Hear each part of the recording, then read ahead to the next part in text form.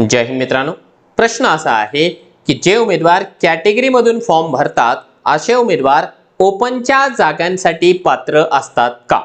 हा एक फार महत्त्वाचा प्रश्न आहे। बऱ्याच जणांच्या मनामध्ये या संदर्भामध्ये कन्फ्युजन असतं।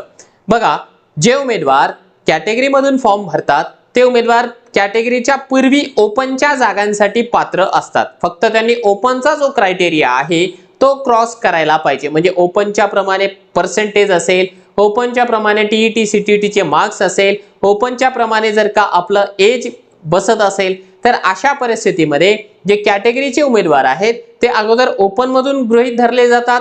ओपन मधून जर मेरिट नाही बसलं त्याच्यानंतर ते कास्ट मध्ये गृहीत धरले जातात। त्याच्यामुळे बिनधास्तपणाने जर कोणाच्या मनामध्ये विचार येत असेल ओपनला जागा जास्त आहे, माझ्या कॅटेगरीला जागा कमी आहे, मग मी माझ्या कॅटेगरीला जागा कमी असल्या कारणाने ओपनला फॉर्म भरू का, तर असा जर विचार येत असेल तर तो मूर्खपणाचा ठरतो। आपण आपल्या कॅटेगरी मधूनच फॉर्म भरावा। ऑटोमॅटिकली आपण ओपन आणि आपली स्वतःची कॅटेगरी दोन्ही जागांसाठी पात्र ठरत असतो। अशाच प्रकारच्या ऑथेंटिक माहितीकरिता आमचं चॅनल देखील सबस्क्राइब करायला विसरू नका।